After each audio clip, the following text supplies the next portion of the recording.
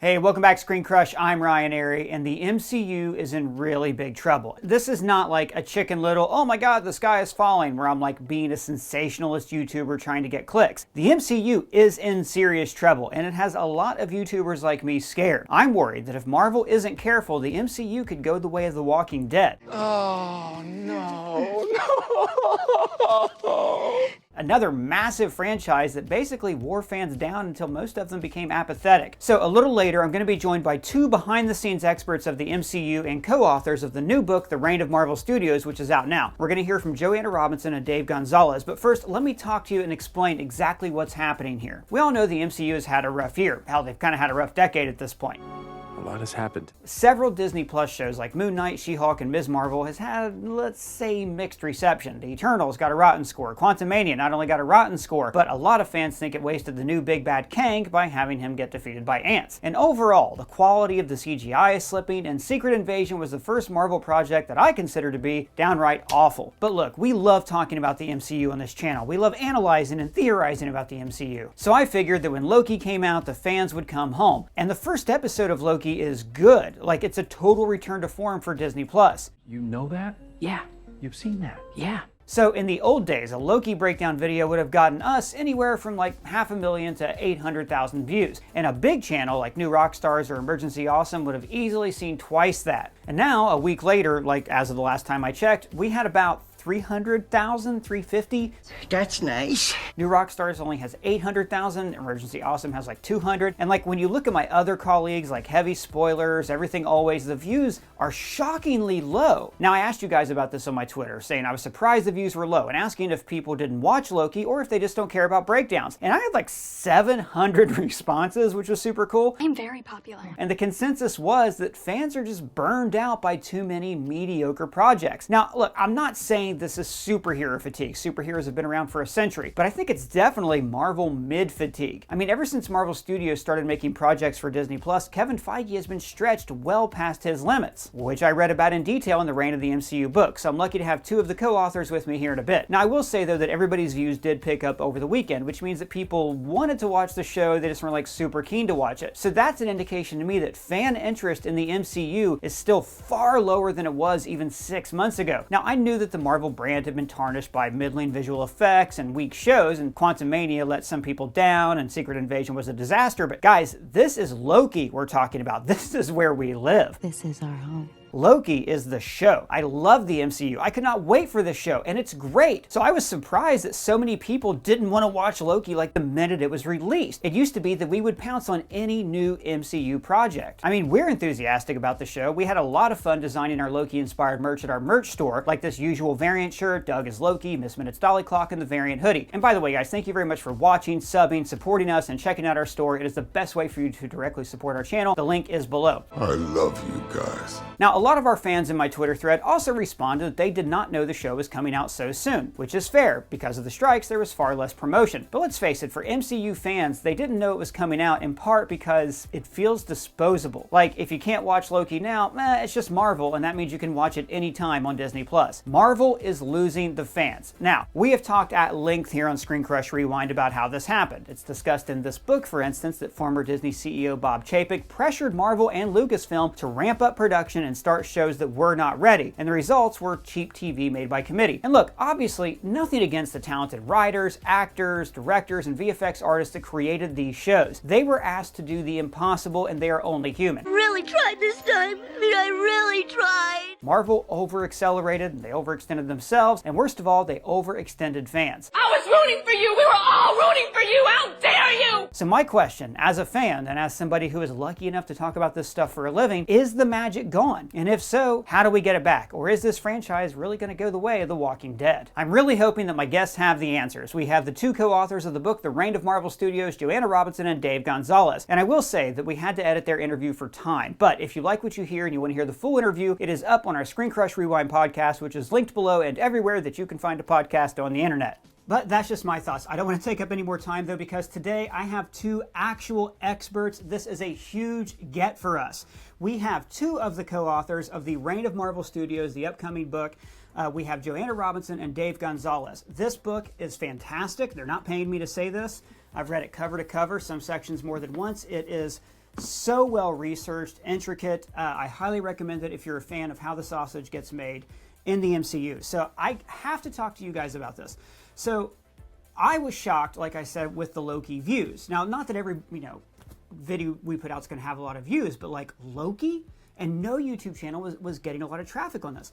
And like I said earlier with my tweet, the general consensus that I got from like people who follow me on Twitter, and thank all of you for that, the general consensus was that they're just worn out, that there's MCU fatigue or too many projects that weren't good. We are coming off some like bad Rotten Tomato scores. So my first question for you guys is, do you think the magic is gone with the MCU? And if so, like, how does it come back for fans?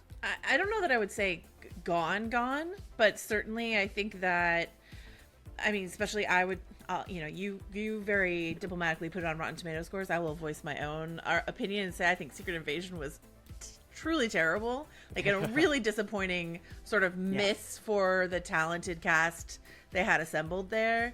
Just and a squandered great source material. Yeah, great source material. Just like squandered a lot of potential in a baffling way. Just like all these decisions I did not understand at all. The Marvel fatigue is something that I've been hearing about a lot. You hear about it more now because there are more Marvel fans that were lured in sort of like the monoculture casual area of Infinity War and Endgame, and they went back and they did their homework, and maybe they enjoy doing that homework, or maybe they've been with it since 2008 and Iron Man, and they were ready to see this culmination. Now we're much more in the it feels familiar to me as somebody that used to collect the comics, where it's like towards the end of the 90s for Marvel Comics, it's like I'm not really interested in any of these storylines. They all involve me having to know, like 3 decades worth of comic history. How could we refocus that? And I think Marvel Comics did a lot in its Ultimate Comic series, rebooting at the beginning of the century. That's also around the time that the movies came out and presented new versions of Spider-Man and the X-Men that people could understand. So I think we're having a little bit of Marvel fatigue just because people are feeling like there's a backlog, especially with something like Loki, where that's part of its premise. But people could join something like Doctor Who that has a similar premise to Loki and not necessarily have seen all the Doctor Who's, especially because in a sense that's not possible. So I do think that people are going to come around to Loki as it continues on. It might have just been nestled into a weird starting spot where I don't know if we've all gotten over Ahsoka yet, if we're fans of multiple Disney True, and I got that sub-companies. answer a lot too. Back to what you're saying about the comics, you're right. Late 90s, Marvel obviously overinflated a lot of their properties. We had the Clone Saga. Joe Quesada came in as editor-in-chief. He started Marvel Knights. They did a lot of soft reboot things with Marvel in addition to the Ultimates line. And regardless of how you think the MCU is going to end after Secret Wars, it does feel like part of this is it's too complicated, but part of it is also with the Clone Saga. I was a comic book reader, voracious comic book reader throughout the 90s, and the Clone Saga is what made me realize, I'm not really reading the continuing adventures of Spider-Man. I'm reading something that a company is making. And I wonder how much, with the MCU, when we make our theory videos, we talk about it as if it's real, because it's fun. It's very fun to say, Thor had a vision. Thor saw the end of Infinity War in the hot tub in Age of Ultron. And of course, we know intellectually they didn't plan everything out straight from the start, but the writers build on each other in really fun ways, like you guys talk about in the book. Now I kind of feel like people are more aware, even through osmosis, that the plan keeps changing. I mean, you mentioned several times in the book, you kind of, like I said, this is how the sausage gets made. You talked about how Majors was not originally supposed to be the overarching big bad. But the decision to elevate him to a Thanos-level threat was based on the positive buzz of his performance. There's an interesting distinction being made between the way in which the MCU built and built and built on itself via different writers previously to how it works now, because the TV section of it is very interesting to me, the Disney Plus section, because I've talked to a number of the head writers on those shows, and they all tell me the same story about how much they're kept in the dark about what else is going on at Marvel, and how they're given like a little bucket of extra characters that they're allowed to draw from. Like, okay, you can pull in, you can get Kat Dennings to be in WandaVision. Right. She's on the board, but then that character might disappear because, oops, they're going to use, not in the case of Kat Dennings, but another character, like, oh, you can no longer have that character because we're going to use them somewhere else. We can't tell you where. And so those writers on those TV shows describe themselves as being like a train and a car, and they're allowed to decorate their own train the way that they want to, their own car the way that they want to, but they don't have a sense of what the longer train looks like.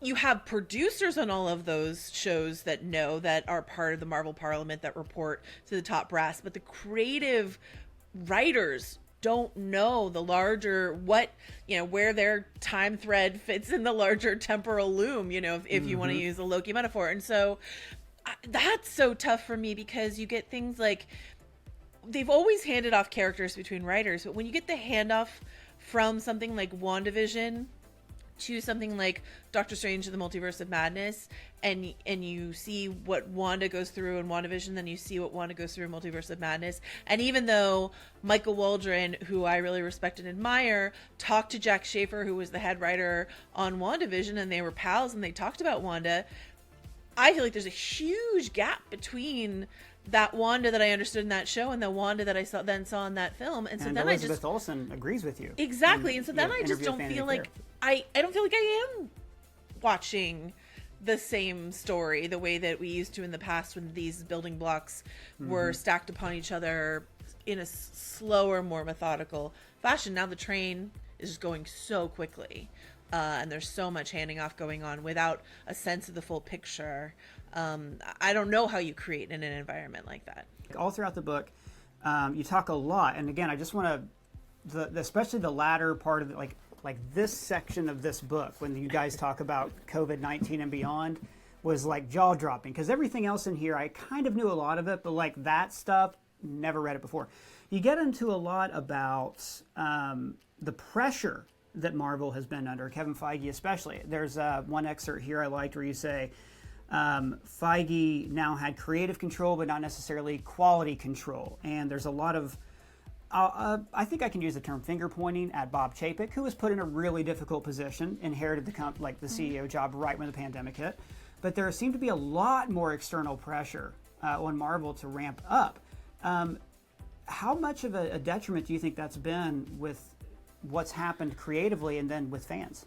There's so many factors, as you mentioned in that sort of like back little chunk there that we enumerate. There's COVID, there's, the tragic passing of Chadwick Boseman, who was meant to be sort of an anchor for the future of the MCU. There's all these things they could not have possibly anticipated. James Gunn leaving for DC, all this sort of stuff. But I think that that ramping up of content, as Dave and I have been talking about the book more and more, I just can't help but think that is the biggest sin of this era of Marvel. And Chapek does get a lot of the blame. We should be really clear. Bob Iger, before he left, Disney Plus as an initiative, the ramping up of content, that was Bob Iger's idea. Yes. He leaves this project to Bob Chapek. I'll circle back to that in a hot second. But then Chapek gets booted out because no one's happy with what's going on with these various very valuable IP brands over at Disney, among other things. And Iger comes back in and he's like, who turned on all these taps? Who did this? When he's the one who did it, right? And he's like, let's turn off some of these taps. We're all trying to find the guy who crashed this Wienermobile. Yeah, so it's like, so I think that, I want to make sure that Iger has his place in all of this. But to circle back to Chapek, very crucially, was a money guy and not a relationship guy. Iger's a relationship guy. The event that I think about all the time is it was like Bob Chapek's coming out presentation where Feige and Kathleen Kennedy, it was this weird COVID hybrid. It wasn't Comic-Con. It wasn't D23. It was for the investors and quote unquote for the fans. And they came out and they announced a bunch of upcoming projects, many of which have been canceled or postponed indefinitely, etc. since, because they were not ready to announce those projects, but were pushed to do so because Chapek and larger Disney was concerned about their shareholders, and so they wanted to pump up the brand. But then Feige is forced to do this thing that he never wanted to do, which is promise projects that he wasn't sure he was going to deliver on yet. He's always been so careful about, we don't say we're doing this with the X-Men or this with the Fantastic Four until we have something we want to announce. Like that's his approach. So I always think about that when I think about Chapek's role in sort of the content glut, as a symptom of a larger problem of like, go, I don't care if you're not ready, go, we gotta go. And again, that, the theaters are closed, the parks are closed, streaming seems like this gold rush. Warner Brothers is putting things out in the same day just to give it context. Yes, of course. Dave, I think I just talked too much. Oh, no. What Ryan said was actually what I was going to bring up, which is that, like, the race to win the streaming wars has affected everything. Just how we digest storytelling. There's, 600 scripted shows that you could find somewhere. I think a lot of stuff that we saw come about from Marvel in this time period, especially like Secret Invasion and maybe Falcon and the Winter Soldier to a certain extent, like, for all we know, if they were at Warner Brothers, they would have been Batgirls, and they were just like, you know what, this isn't working. But that's not Marvel's strategy. That's not Disney's strategy. That certainly wasn't the Chapek strategy. He's like, why would I not have content when the option is to have content?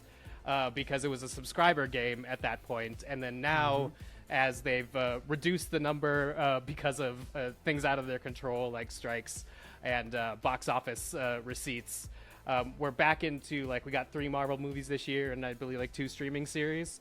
So down from what was supposed to be, if you go back to July 2022, this year was supposed to be 5 series. Yeah. Counting What If, Agatha, which for some reason was greenlit. I want to ask you about that in a second. Ironheart, and I think X-Men 97 was supposed to be in there too. Yeah, so all those things are supposed I think we were supposed to get What If season 2 also this year, but I think that's also been pushed to next year. So they've already We're started all waiting to hear. Yeah. They've all started putting the brakes on it, and I'll be interested to see when Marvel rebounds, which for me is a when and not a if, because, like, even the most Marvel fatigued person is going to buy tickets for the next Avengers movie. So we're really just sort of like keeping the balloon up in the air. But Sure. Imagine if we had gone through the same amount of Disney Plus series and Phase 4 with a 3 movies a year release schedule. Like, we'd be coming up on Wakanda Forever now-ish. So I think we did sort of like Band-Aid right off with a lot of experimental ideas, with a lot of patching over what they thought the plan was going to be. And so what we've seen up until now has been Marvel problem solving as they go, which I guess to a certain extent they always do. But over the first 3 phases, there were much clearer goalposts. The fact that we got to Ant-Man and the Wasp: Quantumania and sort of booted Kang into the big bad thing after his performance in Loki is a good example where they did something similar, where Joss Whedon's like, why don't we have Thanos at the end of this Avengers movie? And then Thanos became the thing. So I believe it's something that's like narratively fixable. It's just messier than what we've come to expect from this studio. You said that you didn't think Marvel fatigue was going to last, that it was a question of when and if not if. I am now switching to the slow reception of Loki has made me so cynical with this, because there was another massive franchise called The Walking Dead that was unstoppable and now can't even get 1 million viewers on its new spin-off shows, which feature these really popular characters. Deadpool is going to do great. What else? Maybe Captain America will do great. Maybe Thunderbolts. But, like, Deadpool's like the only certified hit next year, and it's an existing character. It's taken in the X-Men, this other universe. So there's things in there to be excited about. But Joanna, I want to hear what you have to say here. I don't think they'll ever be able to get fans excited about, about the Agatha show in the same way that they were curious about She-Hulk. What do you think? Like, are we basically entering into a hard reboot on fans' expectations where they have to earn trust back? I mean, they definitely do have to earn trust back after a number of missteps. I think that's true. How and does I think that happen then? Well, I think in general, I will just say, and what I love about the way that we wrote this book is that we don't come at it from identical perspectives. And so Dave is always going to be a little bit higher on this idea of like superhero fatigue is fake news, etc., than I am, because I agree. you know, he points out that we heard this after Ultron, which is true. I just think it's different than it was after Ultron. But you know, Dave and I can duke that out in various interviews over the next couple weeks. But I think that it's not that there's no way back. I don't think we're ever getting back to Endgame. But it's the same way I don't think House of the Dragon is ever getting back to the end of Game of Thrones. You know what I mean? It's just like we're in a different phase of the monoculture. We're in a different phase of the way in which we watch stories or talk about stories.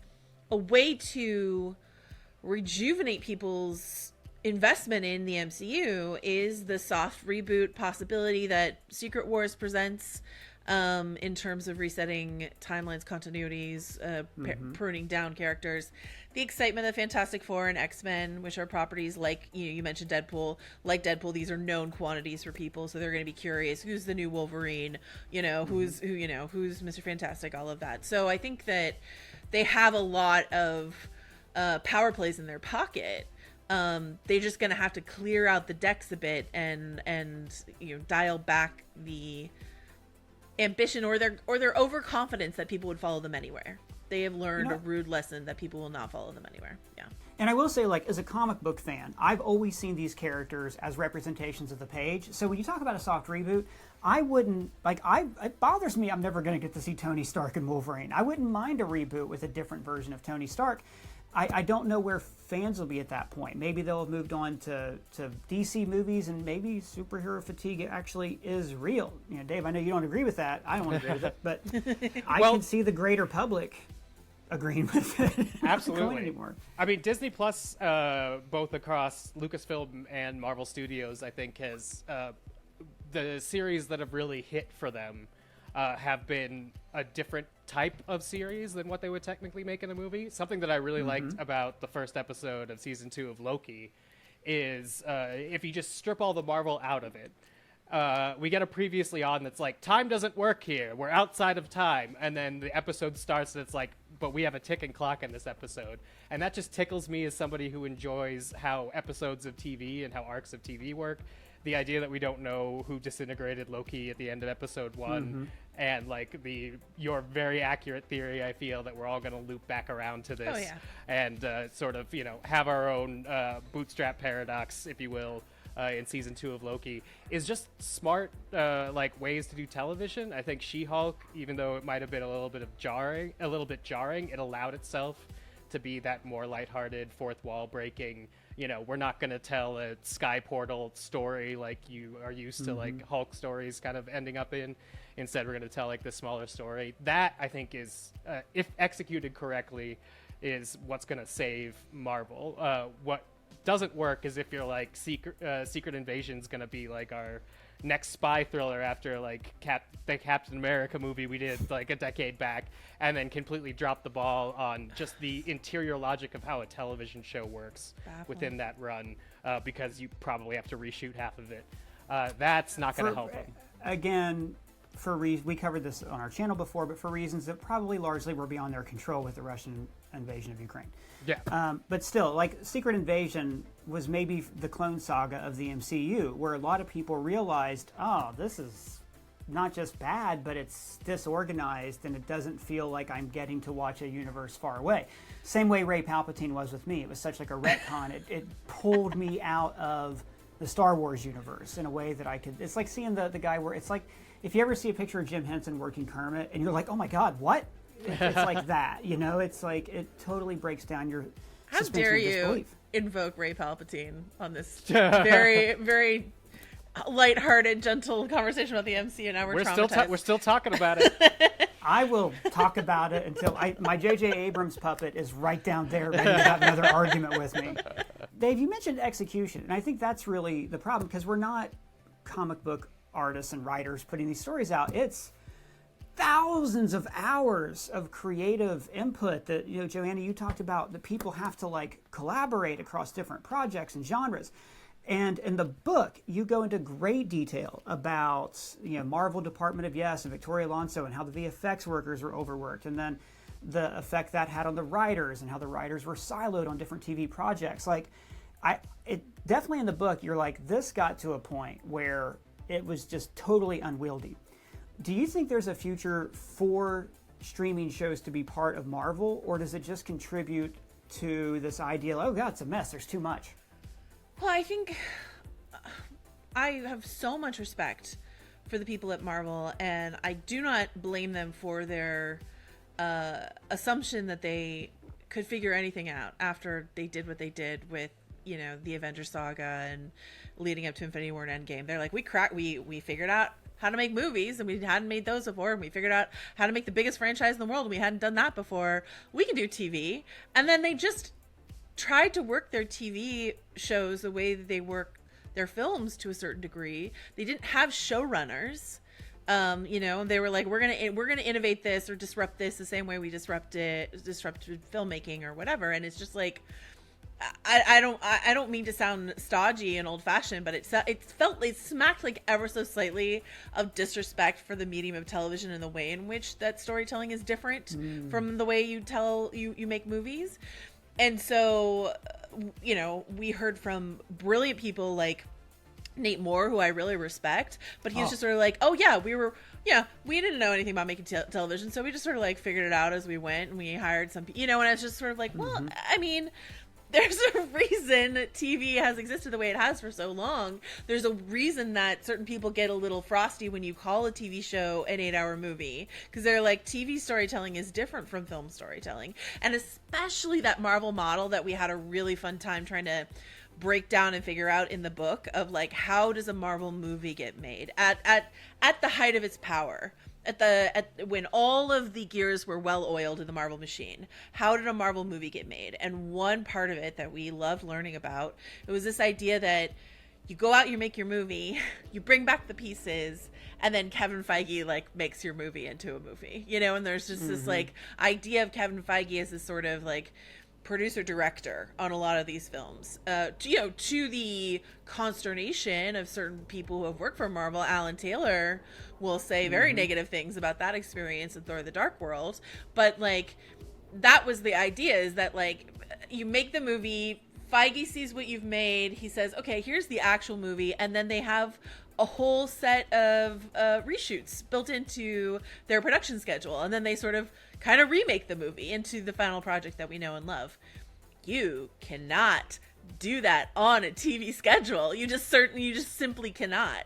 And so, and especially with the Feige who's stretched thin, especially with the Feige who has, because he had to, delegated a lot of responsibility to the Marvel Parliament, which again is made up of a bunch of brilliant producers who've worked at Marvel for a long time. But like, you know, what you find out when you try to dilute the Feige impact across all these different projects is like, he really is the secret sauce to a lot of why this worked in the first place. And his concentration on a project is key to its success in Marvel. And so when you have so many projects that make it impossible for that I'll Feige like fix it in post sort of thing, fix it in reshoots, then you get stuff like, when you look at those TV shows like Miss Marvel and She-Hulk are two shows that there are episodes of those two shows that I love and would stack up against anything else.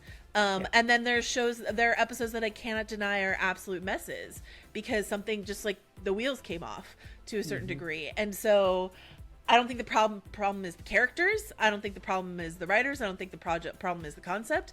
I think the problem is just the smooth execution and just sort of everything falling apart in the end, because making a TV show is a different endeavor than making a film. And I think the reason Secret Invasion spooked me so much is because I think a lot of people could say, oh, well, She-Hulk and Miss Marvel, those are new characters.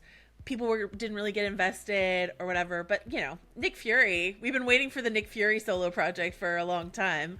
And here he is. Secret Invasion for 15 years. Exactly. Yeah. And you cast it perfectly. And you come up with a premise that really seems, you know, engages with the comic book storyline, but does the Marvel thing where it sort of adapts it slightly for it, you know, puts its own MCU flavor on it. And then it just completely flops.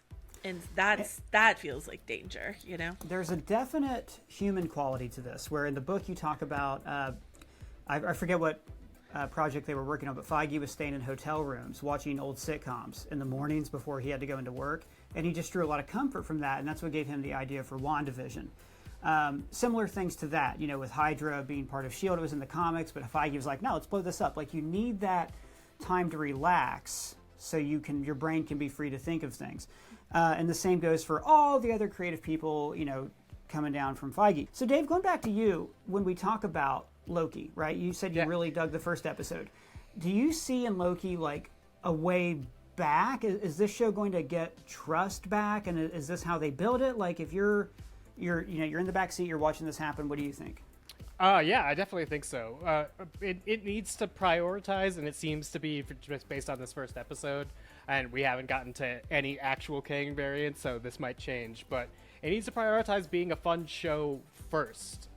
It has the characters that I like to see interact and talk about gobbledygook, and that's such a huge power for a television show that you could have, you know, elevator Mobius Loki scenes that I'm like, you know what, more of that. That you could have, you know, time conversations that take place in 2 time periods, and I'm like, you know what, more of that, why not? The fact that that's such a television based thing, some amazing visual effects, some great action considering what actually happens, but it's not what we all assumed a superhero TV show would be, and what ultimately Secret Invasion became, disappointingly, which is 2 people wailing on each other in the volume with, you know, a whole bunch of CGI augmentation. They have characters. They have a interesting, you know, premise that involves, you know, like timey-wimey stuff. They have the capability of creating character surprises instead of just building to a big fight, which ultimately some of these shows feel like they are. And I don't think that serves the television model. But something great about the television model, and the reason I agree with you, is this is going to make me feel old. We used to have like 22 episode seasons. And when you did, there were times where you knew there were going to be the good episodes, and there were times you just tuned in to see what was up. And if you didn't like it, you only had to wait a week before something else came out. I think if they're going to be spending, you know, like $200 million on a show, I would like to see them last more towards the 10 or 12 episode mark than I would to like the 6 episode mark. I think if you're spending that much on 6 episodes, something's wrong just from the production angle. Because the thing on top of all this, and the reason why we elevate Kevin Feige as sort of a, you know, producer genius, is this is all about the balancing of telling creatively fulfilling stories against some of the biggest business backdrops in the entire world. Yeah. So Kevin Feige's managed to stay in his place because he does really good at that. Bob Iger was such a popular CEO because he was able to just acquire and let some smart people make good stuff after that. Now he's a little bit less well received because he has to come in, fire a whole bunch of creative people, and basically make the balance sheet add up and make fulfilling stories. He didn't do himself any favors at the start of the strikes either. No. I would also. He's trying to pick his next successor, which I understand, but there aren't story people that I understand in high up Disney that understand it like Bob Iger. And so right now we're sort of seeing a conflict where it's like we're looking for somebody that can understand the importance of good storytelling, but can also pay off for our shareholders. And you could get a Iger, or you could get a Zaslav. And I think they are dealing with the same problems, but just how much they could forward the telling of good stories is how much I extend trust to them. I don't see why they're having such a hard time. I go on YouTube every day, and I see tons of people who clearly know more than Bob Iger based on the way everybody armchair quarterbacks the MCU. Like, if they would just listen to me more often, I think that everything would be a lot better. They should call you Ryan. I really do think they should. I could talk to both of you about this for hours. Unfortunately, if I do that, then people won't click on the video when they see a 6-hour time code. Dave Gonzalez, Joanna Robinson, thanks so much for joining me. Their socials are below. The book is out now, and it is a must-read for MCU fans. I'm going to buy it just to have a hard copy, just to keep on my shelf. Thank you both very much for joining me. And just a reminder, everybody, the full interview is up on our Screen Crush Rewind podcast. Wherever you find your podcast, the links are below. So let me know what you think. Are you sick of the MCU? Is the MCU deader than The Walking Dead? Let me know your thoughts in the comments below or at me on Twitter. And if it's your first time here, please subscribe, smash that bell for alerts. For Screen Crush, I'm Ryan Airy.